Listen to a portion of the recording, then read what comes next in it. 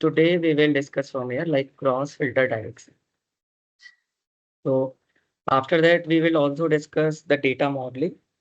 Data modeling is very important thing in Power BI. Whenever you are loading any table in Power BI, we need to make sure the model is optimized or not, or we are creating proper model or not. Because whenever you are loading any table in Power BI, the automatic relationship get developed. And if you are not removing the unnecessary relationship, it will take lots of time while you are opening your Power BI dashboard. And it will also create some discrepancies in data whenever you are creating any visual in the Power BI. So we will discuss two types of data modeling, star and Snowflake schema. After that, we will also discuss there are multiple type of storage mode. Storage mode is whenever you are loading your data, we have four options. One is the import mode. When you load your table in Power BI, it take all the memory of your Power BI, which is called import mode. Similarly, we have direct query mode, which is live connection, but not exactly live connection. Taking it is not taking all the data in the memory of Power BI. It is just querying some portion of data, uh, act like a SQL query and taking all the data into the Power BI. The data is still in the source location. And there is one dual, which is mix of direct query and import. And the other one is live connection, which is based on the internet.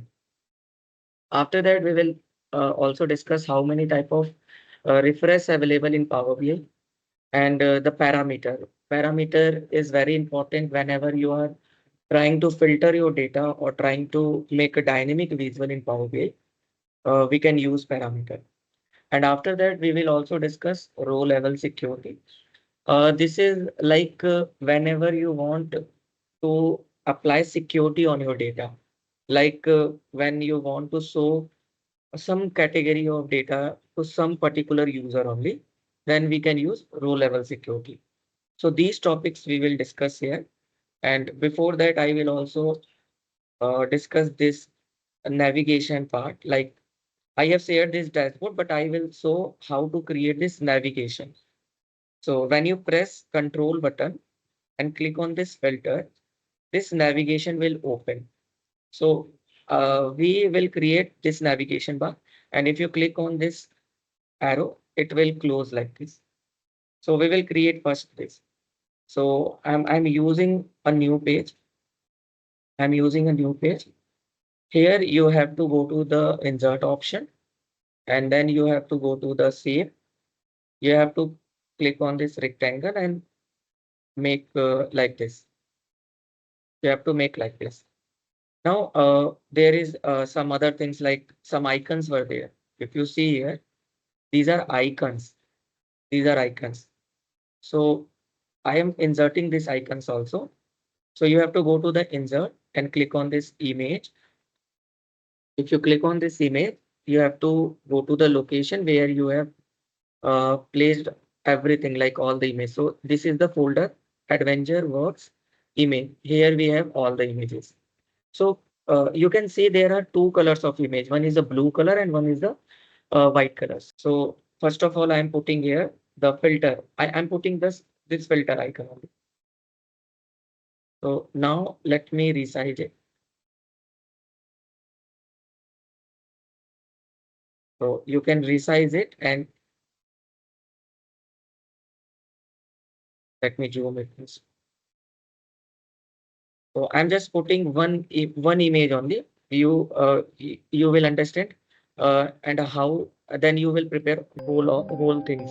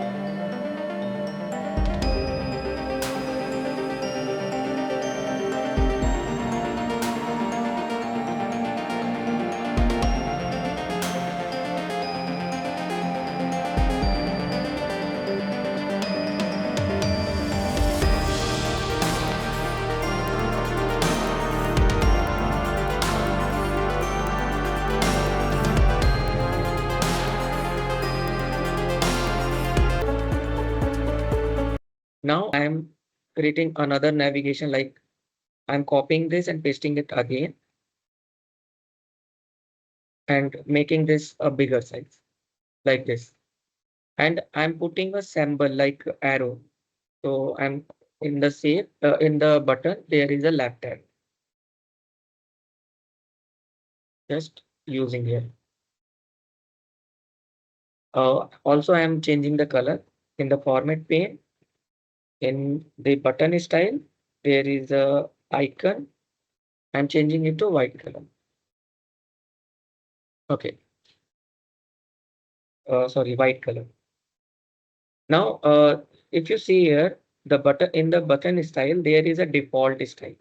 If you want to change this color into blue color when you hover your mouse, so you have multiple options on hover, on press, or disable. So I want only on whenever on I am hovering our mouse. So you have to select this and change this color to different color. Like I'm putting here some other color, like a red color. So if you hover your mouse, the color will show red. If you unhover it, so it again change to default color. Let me create a bookmark. So for bookmark, we need to go to the view option, and then we need to first make a group. Like you have to select this filter button and hold the control button and select this bar and right click and make a group. Similarly, you have to click this arrow and this rectangle and right click and make a group. Now hide this. First hide this and let me make fit this page. Fit this page. Now, in the bookmark section, I'm creating a bookmark. Let me first delete the previous one. I am creating a bookmark, and before and I'm clicking here, and I am selecting this like uh, in the report view. First, you have to select this group, and then again click on three dot, click on this selected visual. Otherwise, it will take the bookmark of whole page. I just want the bookmark of this group only. Now you have to update it. You have to rename it. Like I want this. The name is closed nav. You can put anything in the name.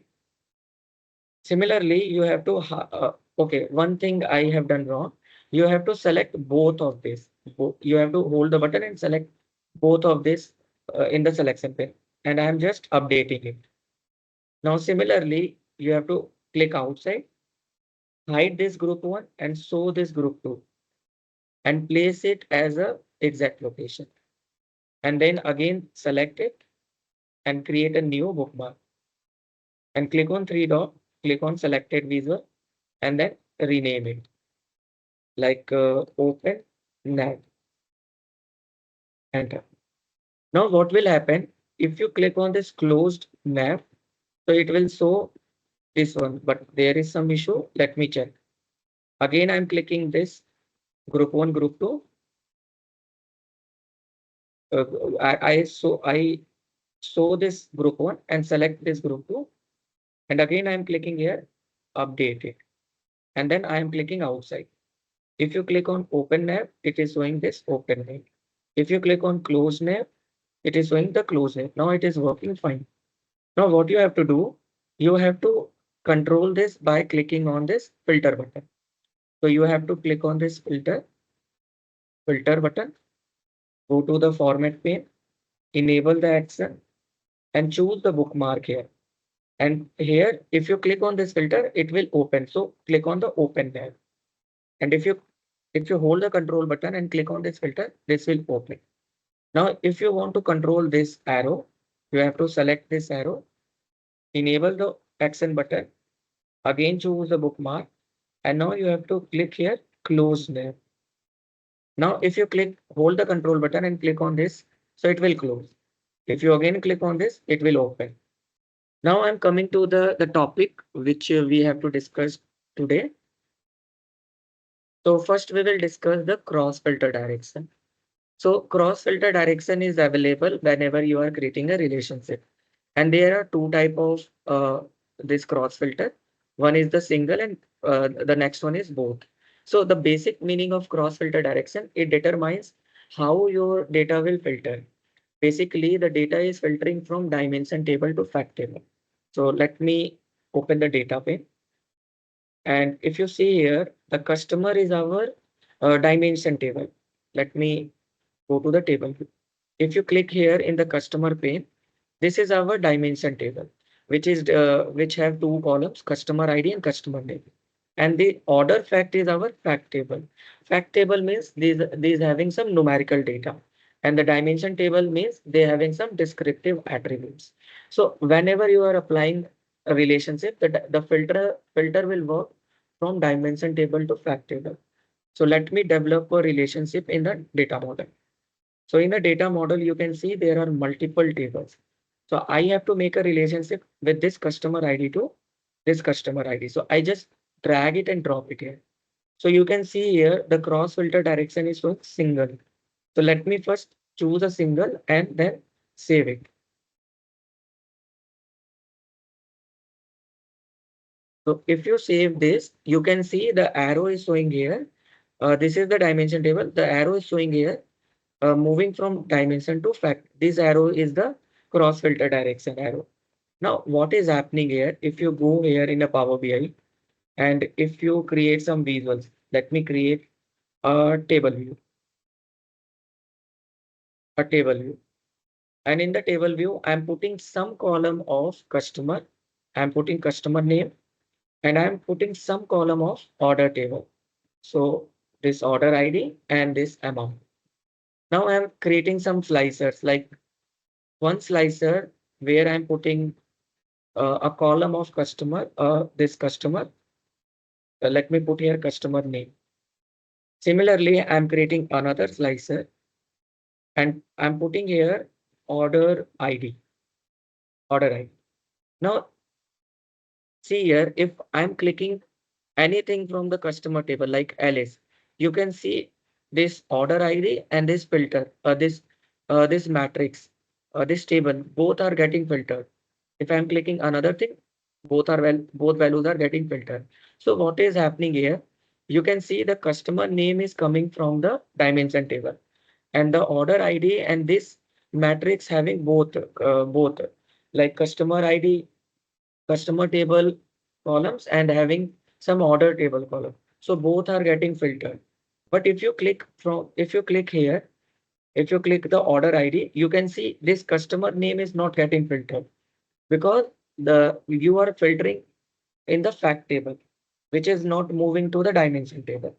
So if I remove the columns of order table, uh, like if I'm removing the columns of fact table and I'm putting only the customer table like dimension table columns, and if I'm again filtering it, you can see nothing will happen because this is the fact table column and the direction is not from fact table to dimension table. It is moving from dimension table to fact table. So if you want to move the filter in both direction, then you have to go to the model, double click on this arrow and then change it to both direction. If I'm clicking on the both direction, you can see the arrow will show in the both direction. And if now I'm clicking in the order ID, you can see now the customer name is also getting filtered. And if I'm clicking this order, this customer name, you can see both order ID and this customer name is getting filtered. So this is the meaning of cross filter direction. You can change the direction of your filter by choosing single or both option. Now I'm going to the next topic like star and Snowflake schema. So uh, first of all, let me tell you what is the meaning of data model. It is like organizing your data. In the organizing your data, you can remove the unnecessary columns from the table. You can make a proper relationship. You can make a proper like cross filter direction. If you are organizing anything in the data, this is optimize your data, and this is called data modeling. So data modeling cover three things like structuring your data in the table, making a proper relationship, and calculations to analyze this effectively. This is known as data modeling. So whenever you are creating whenever you are dealing with the data modeling, you have different type of models. Basically, there are two most important type of models, which is called star schema, and the other one is snowflake schema. So star schema means we have two things like fact table and dimension table. Fact table means having numerical data and the dimension table means having descriptive data. So this look like this. It means there is one fact table and all the dimension table is linked with this fact table, and this fact table in the central of this dimension table. So this looks like a star shape. So that's why this we call this star schema. And both are linked with some foreign keys. Like let me show an example. If you see here, if you see here, this is not a star. Let me show this. So these are the dimension table, and this is also dimension table. If you make a relationship, you can make a relationship with the customer ID. So what is happening here? You have multiple dimension table, and you are making a relationship between this dimension to fact table by using some primary key. This customer ID is primary key for this customer feedback table, but this customer ID is foreign key for this fact table. So we are making a star shape. So this is called a star schema. And the benefit of this star schema, you can see this look like this. All the dimension table have one relationship with the fact table, and there is no relationship between dimension table to dimension table. So this is we call star schema. And the primary key means there is unique values, and there is not null values. Null values is not available in the column of primary key. And the foreign key means the column which we use to link with other tables primary key. So this is called foreign key. So if I talk about foreign key, in this sales table, the product ID is the foreign key. But in the product dimension, this product ID is the primary key for this product dimension table. Now the benefit is star schema. You can see this numbers of table is less, which means this is denormalized. Denormalized means we having less number of table. We may have redundancy in data. Redundancy means duplicates in values, and we have fewer joins. Fewer joins, then we have to apply less complex calculations, and it is very easy for Power BI. So star schema we mostly use in Power BI, but sometimes we are not able to use a star schema. We have another schema which we called snowflake schema. Snowflake schema look like this. You can see here there is a fact table and which is linked with the dimension table, and the dimension table is linked with another sub-dimensional table. So this is called snowflake dimension. If we talk about this look like this. And the benefit of this is normalized table. Normalized table means the multiple tables are there. The number of tables will be higher. So we have less redundancy in data. It means duplicates in values are very less. But the challenge is there. We need to apply more joining whenever you want to show the data in your visuals part. And this is taking less space in the memory. Snowflake schema is better for spacing purpose, but star is better for like less complex structure, and performance basis star is better. So this is how you can make your data modeling in the Power BI. Now I am going to this next part, which is our another part like storage mode. So there is first thing import. Import is by default storage mode in Power BI, which means when you imported the data from Excel or from CSV or from SQL or BigQuery, we have an option for import mode. Import mode is very fast because it is taking the memory of Power BI. And we need, whenever you want to refresh your data, either you can manually refresh it or you can apply the schedule refresh. It will not refresh automatically. So we need to apply the refresh in the Power BI. And other thing, we can use it offline. Where when you are not connected with the internet, you can use it in offline mode. And this is faster. This is faster for developer purpose. And if you have less number of data, which is around 10 lakh or 20 lakh, even in crores, and even in crores, if you load one time in your, if you load all the data in Power BI, it will take loading in one time, but after loading, the speed is much better. So this is called import mode. What, let me show you here. I have loaded this table. You can see in the data model, I have loaded this table by using some CSV file. So these are known as import mode. You can see the symbol here. The symbol here is showing a cylinder-like symbol. Now there is another mode which we call direct query mode. Direct query mode is not using the memory of Power BI. This is connected with the source of data source, and it send a live queries. And whenever you are clicking anywhere or loading that particular data, it is taking that much portion to the Power BI, and it is slower in comparison with the import mode. But if you are dealing with a large data set, this is the best storage mode. You have to go with the direct query mode. And there is some limitation mode. And there are some data sources like SQL Server, BigQuery, Snowflake. These are the data source for direct query. Let me show you how to create a direct query mode.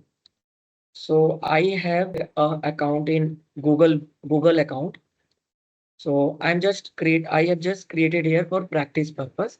You can also create it for in free. You can create it freely. So let me log in it first. So this is my Google Cloud account. And in the Google Cloud account, we have a data storage. We called it data warehouse, which is called BigQuery. I'm just showing here. You do not go to understand everything what is Google. I'm just showing here my data set. In the this is my data set Praveen. Inside Praveen, there is a this table HR data. If I preview here, you can see there are multiple columns are available. I will load this table into Power BI, and I will show you how what is the direct query look like. So I am here in Power BI, and I am just clicking here get data. I have to click on more, and here I have to go to the Google BigQuery connector. So this is our Google BigQuery connector. So when you click here now, it will ask some credentials like it will ask some credentials or it will ask some project name. You can also give your SQL query here. So I'm not giving here SQL query. I'm just clicking OK. I want to export whole table in Power BI. So if you click on OK, it will move to the navigator bar. Before that, whenever you are using this first time, it will ask for sign in also. So you can sign in by giving your email ID and password. So here my project name is GCF course. So here we have Praveen, and inside that we have a HR data. So this is my table. Let me click on this load button. So see here, there are two options. We have import mode or we have direct query mode. We have already imported many data in Power BI by using import mode. Now I am using direct query mode. And I'm clicking OK.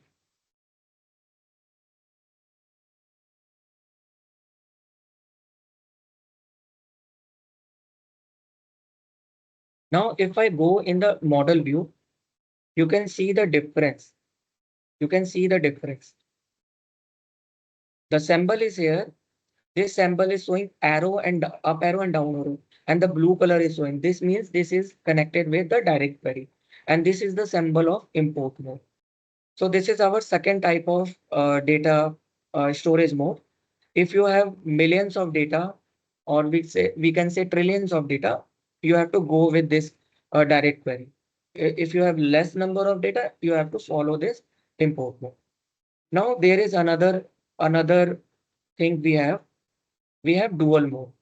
Dual mode means we have a mixed thing, like some table having import mode, some table having direct query mode. And we make a relationship between these tables. So this is called composite model. And this is used like when you are using BigQuery and you are using Excel, both type of data source you are using in a Power BI, then you called it dual mode. So here we can say we have loaded one data from CSV file and another data from BigQuery. So if you make any relation, let me make any relation, if it is possible. Let me make a relationship like this customer ID. I'm taking an example. I know this will not work. I'm just making a relation.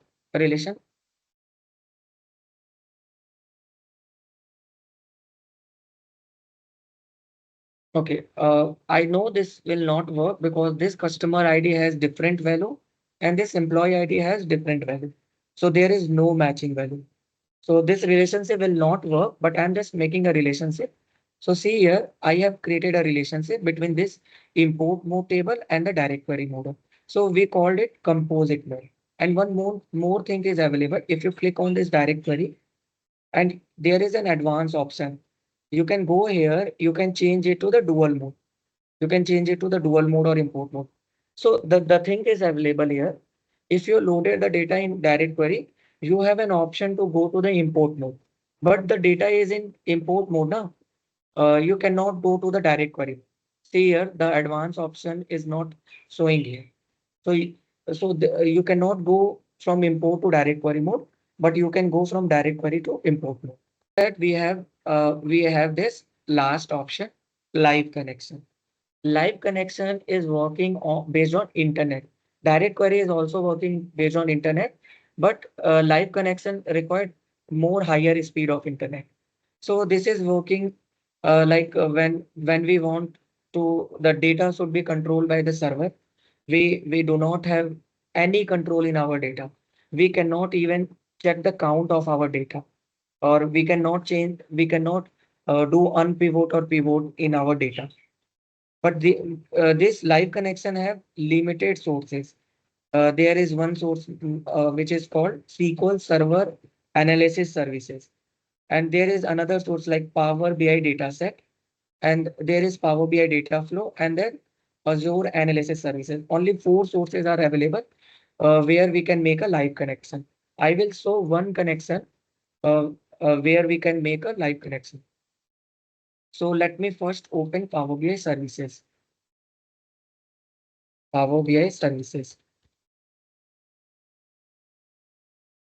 Because in there is one more option. You can use the Power BI dataset, which is available in Power BI services. So we will use this dataset to load in our Power BI. So let me open Power BI, and I have already logged in my Power BI, and I have published a dashboard, section 7 dashboard. And you can see here, this is the report, and this is our data which we call semantic model. So I will use this data to load in our Power BI, new Power BI dashboard. So you can see there is some table like customer table. This is our customer table. Here, this is our table. If you click here, the another table will show. I will load this semantic model in using live connection. So what I have to do here, I have to go to get data. I have to click here, Power BI semantic model. So let me create another blank report.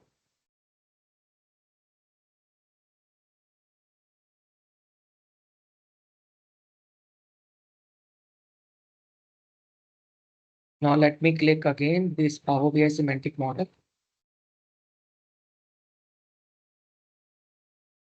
I'm just clicking this semantic model.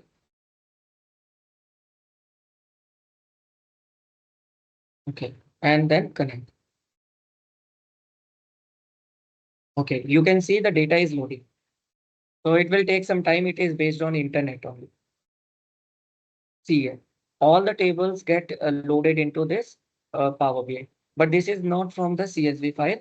It is from the live connection. So see here in the live connection, you are not able to click on this center data.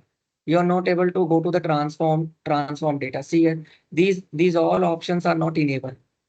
So there are many limitations. If you go to the model, now you can see the symbol. The symbol of live connection is like web symbol and arrow symbol. Now moving to our next topic. Our next topic is type of refresh. So why refresh is required? Like when you use this, when you are doing your this creating your dashboard, and sometime you have done some changes in the source file. Like if you have changed, like we have a table. If I go here in section 8, if I go here in a section A, for an example, this is my CSV file. And if you've done some changes in this CSV file, and you want to reflect this in the Power BI dashboard, so you have to refresh it. So there is one refresh which is available here in the home menu. This is known as manual refresh.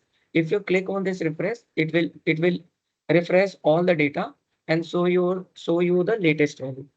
So this is our first refresh.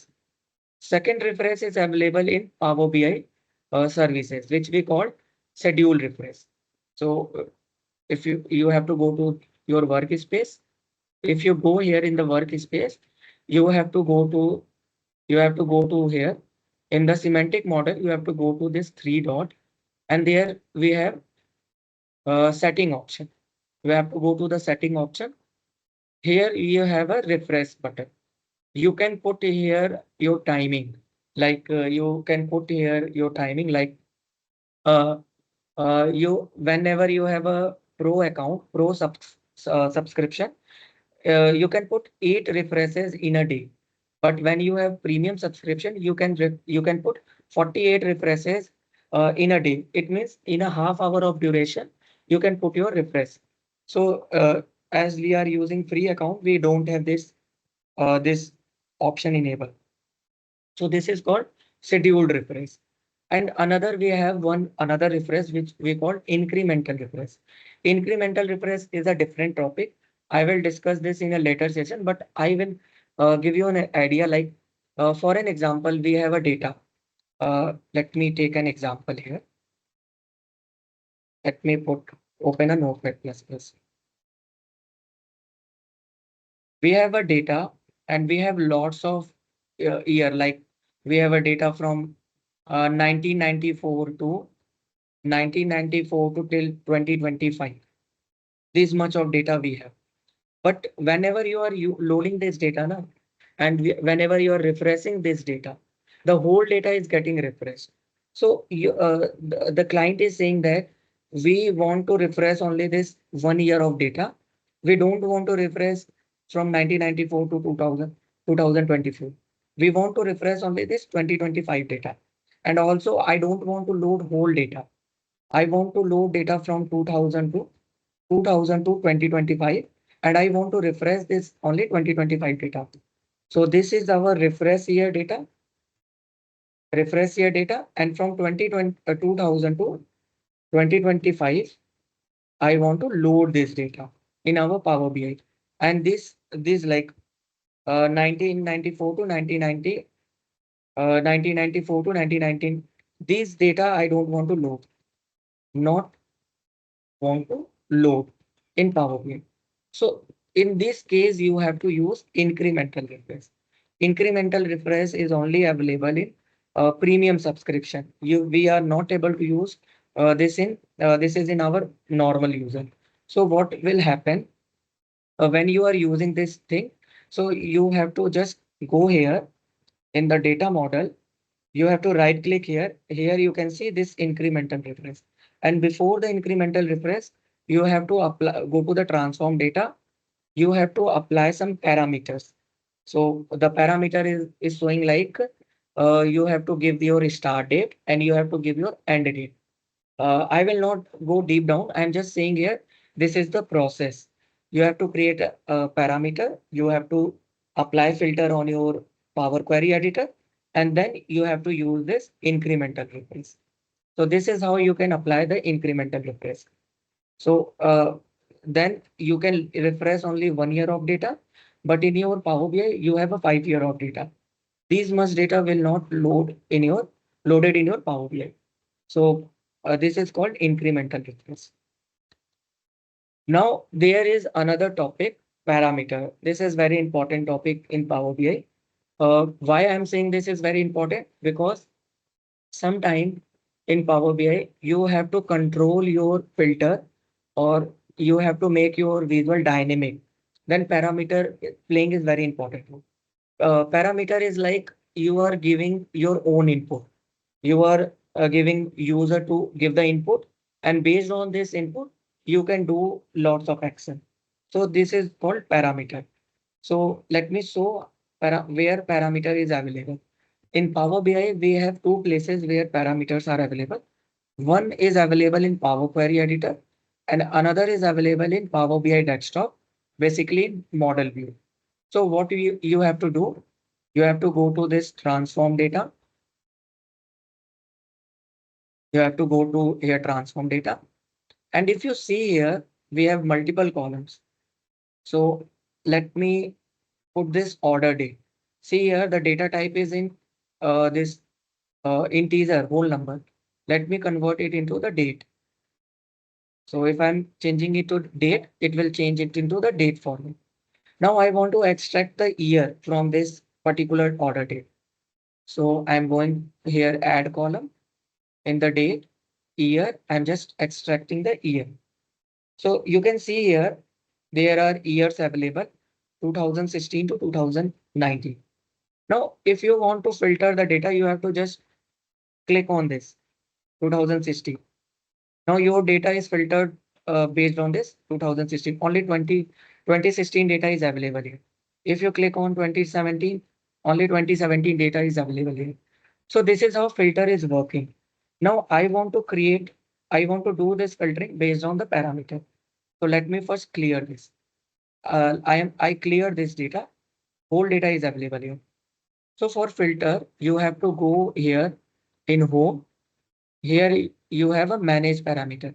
You have to click here and click on this new parameter.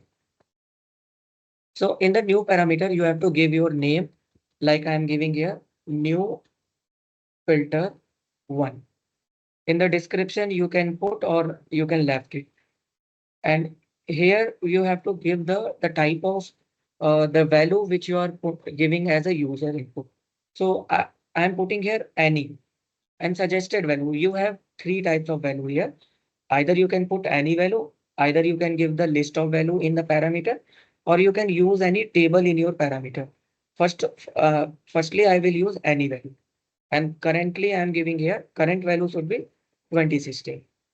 And I'm pressing on OK. So this is my parameter. Now I'm using this parameter in this year filter. So here I'm clicking on drop down. You have to click on this number and click on this equal to button. And here I'm putting this operator equal to. And if you click on this drop down, you have to click on this parameter. Inside this parameter, I'm clicking year filter 1. Now, if I'm giving here 2017 and clicking enter, you can see our data get filtered based on this 2017. See here 2017. If I'm giving here another value like 2019, you can see our data get filtered based on 2019. See here 2019 data. If you are giving a value which is not available in our column, like 2000, nothing will show in our data. See the blank value is showing here. Nothing is showing. So this is how you can use your parameter. And you can, if you click on close and apply, only 2016 or 2017 data based on your parameter get loaded into your Power BI desktop. Now there is another parameter. You have to click here new parameter. And I'm giving the name. I'm giving the name like year filter 2. Now I'm choosing here suggested value list of value. Now you have to give your own list. Like I want only 2016 17 and I want 2016 and I want this 2000 and the default value is 2017 and current value is 2060 or 2070 and I'm pressing OK. So the difference is there. Here you have a drop down option. You cannot manually enter your data. I think you can enter, but if it is not available, you cannot select it. See, you cannot select it. So you have to select it from the drop down only. So if you click here 2000 and you first I have to apply here the filter. Let me remove this, clear this filter. And again, I am applying this number filter equal to, but this time I am selecting the second parameter, year filter second. So see here, if I'm selecting here 2000, which is not available, it will not show anything. And if I'm selecting any other value, the data get filtered. So this is our second type of filter available in Power Query Editor. And the third type of filter, for third type of filter, I have to create a table. So for creating another table, I'm just copying it. So for making a duplicate, you have to right click here. And here we have two options, duplicate and reference. This is also important question. Duplicate means you can create an independent table in Power Query, which is not related with your existing table. And if you do any transformation in your parent table, it will not reflect in your child table. But if you create a reference table means if you do anything in your parent table, it will reflect in your reference table. So this means both are interlinked. So as of now, I'm just creating a duplicate table and I'm removing everything except this year column. So I have to select this and remove other column. And now I'm removing the duplicate from this table. I'm just clicking here and removing the duplicate. So here we have 2016 only. So let me first delete this and let me clear the filter from this order table, order column. Let me clear this filter. Now again, I am duplicating it. And now I'm just selecting this and removing other column. And here I'm removing the duplicates. Now we have this four values. So this is the simple column. If you want to convert it into the list, you have to right click on this column and click on this drill down. So if you click on this drill down, it converted into the list. Now we can use it into our parameter.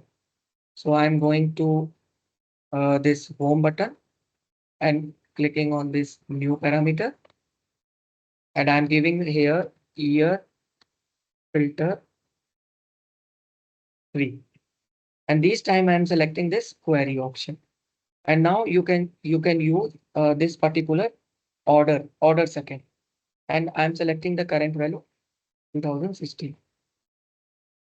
So now what is happening here?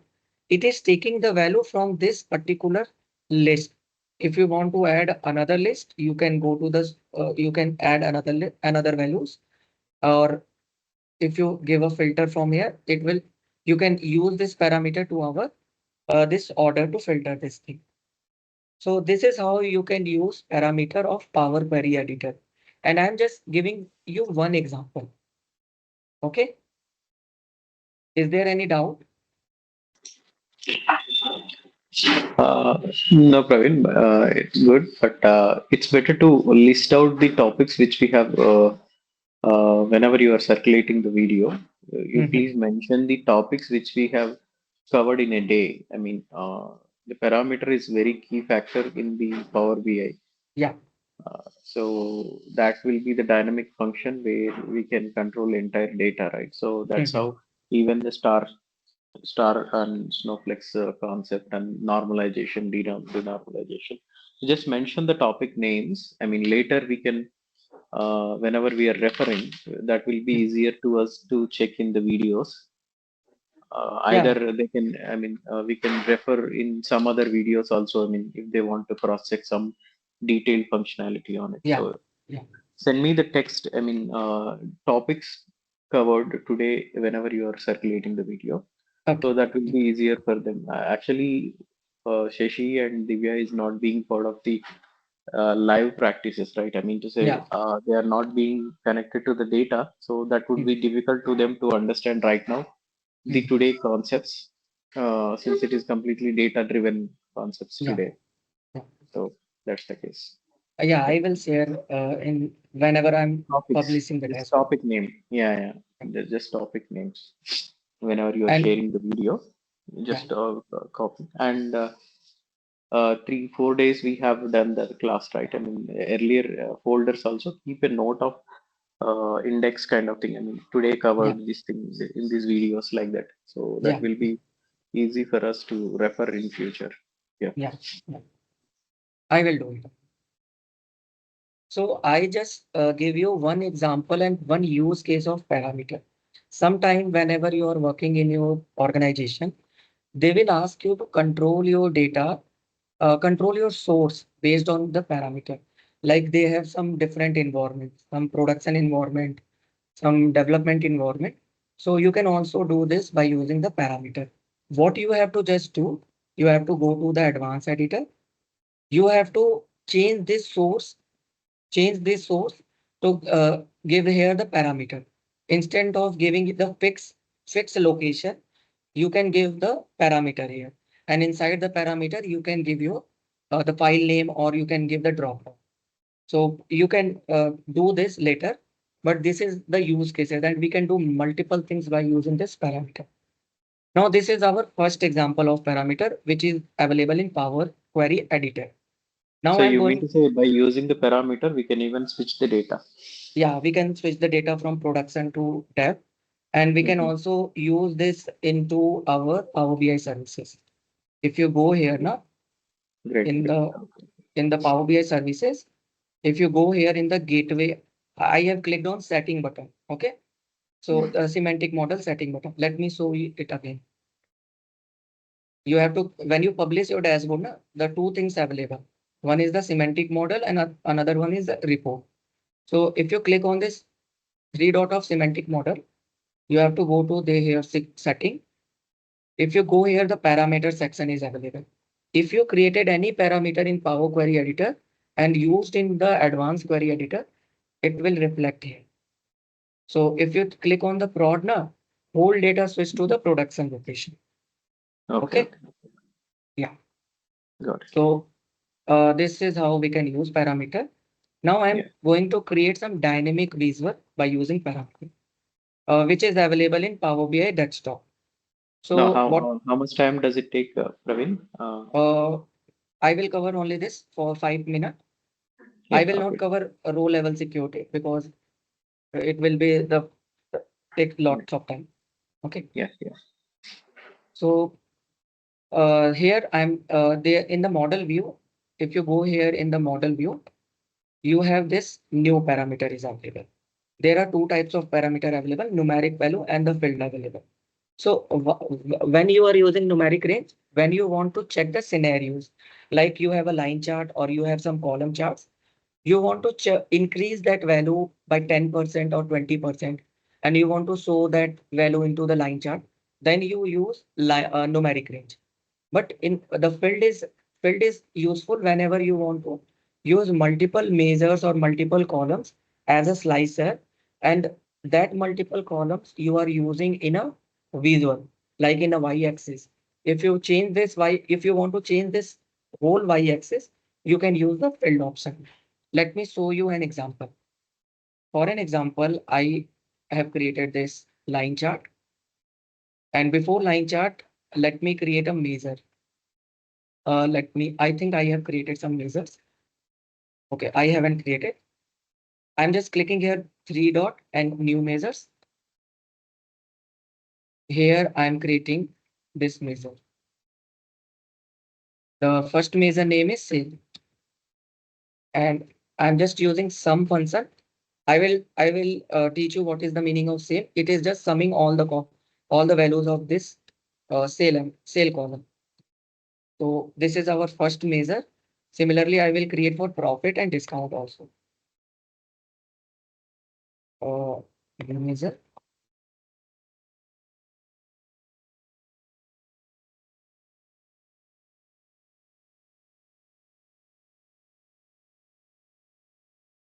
Here I am creating profit.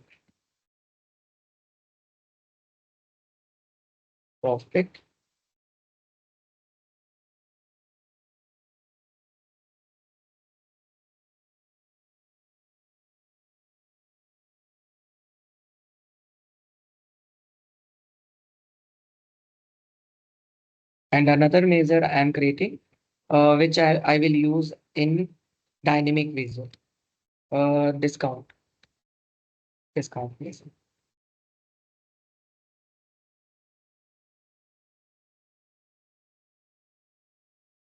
These are the columns available in our order table. So these three measures has been created, but as of now, I'm just creating the numeric range. So only one measure is useful now. So I have to click here, go to new. I am going at the model view, and in the numeric range, I'm creating a range like adjusted value or adjusted sale value. Here I want to give a decimal number. If you want the whole number, you can give the whole number. And I want this minimum value 0, maximum value 1. And I want the increment by 0.1. And the default value should be 0. So if you created the table is created here, you can see the adjusted sale value is created. You can, if you go to the table view, if you click on this adjusted sale value and expand this, you can see a column is created having values from 0 to 1. And every value has increment of 0.1. And we have one, this is the column and this is the measure. This is the measure available, which is selecting the value of this particular column. Now I'm going to create a slicer. So I'm just selecting here a slicer. And in the slicer, I'm putting this column in the column which is created by this parameter. So you can see this is the parameter. If you drag it, the value you can see 0.1, 0.2, 0.4, these values are showing here. Now I am creating a line chart. So in the line chart, I am just dragging the sale value. Remember, whenever you are using parameter, only you can control the y-axis matrix. So I'm putting here the sale value in the y-axis and the date in the x-axis. The date available, order date, yeah, order date in the x-axis. And let me make is a hierarchy. Okay. Let me convert it into first this this date data type.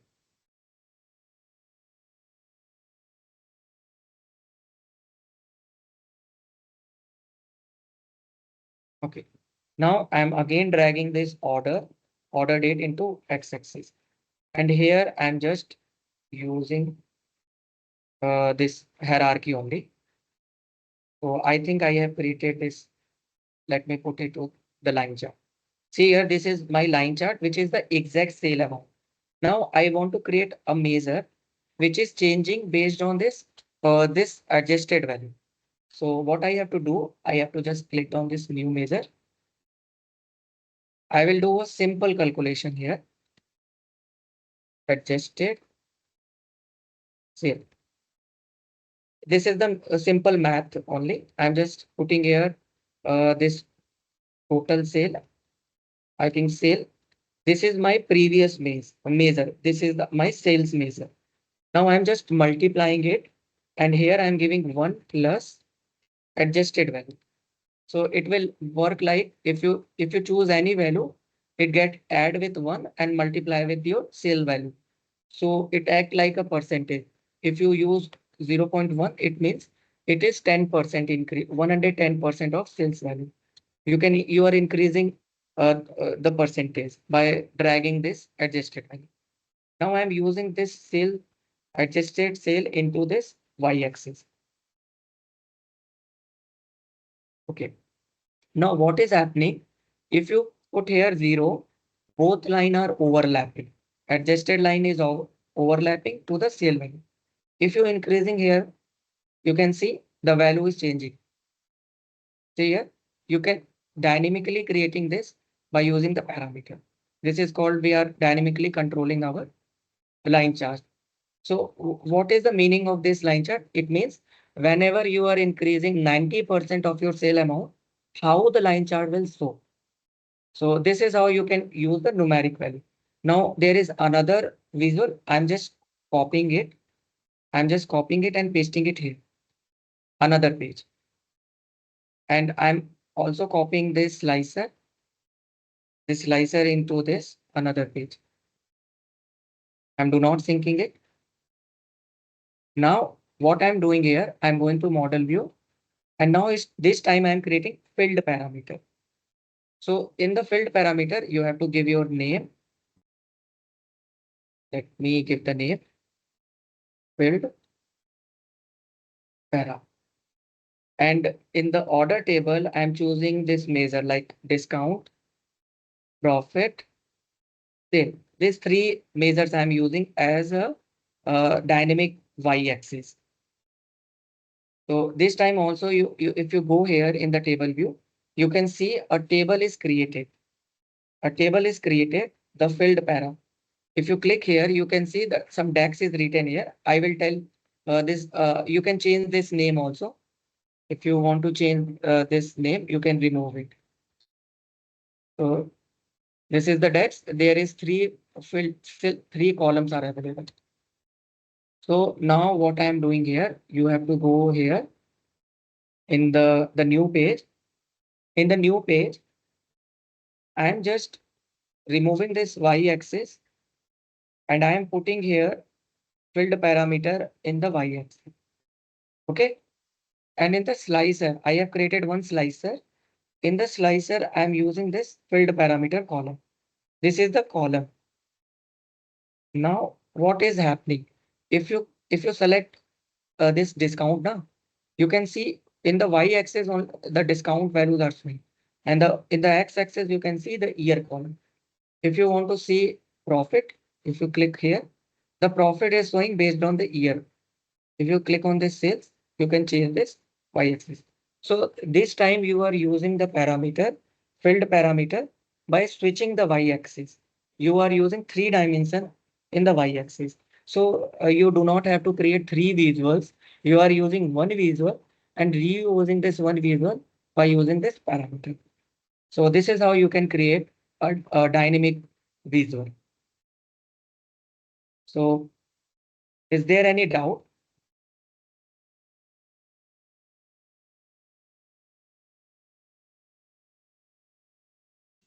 Yeah, I mean, since it is okay for me.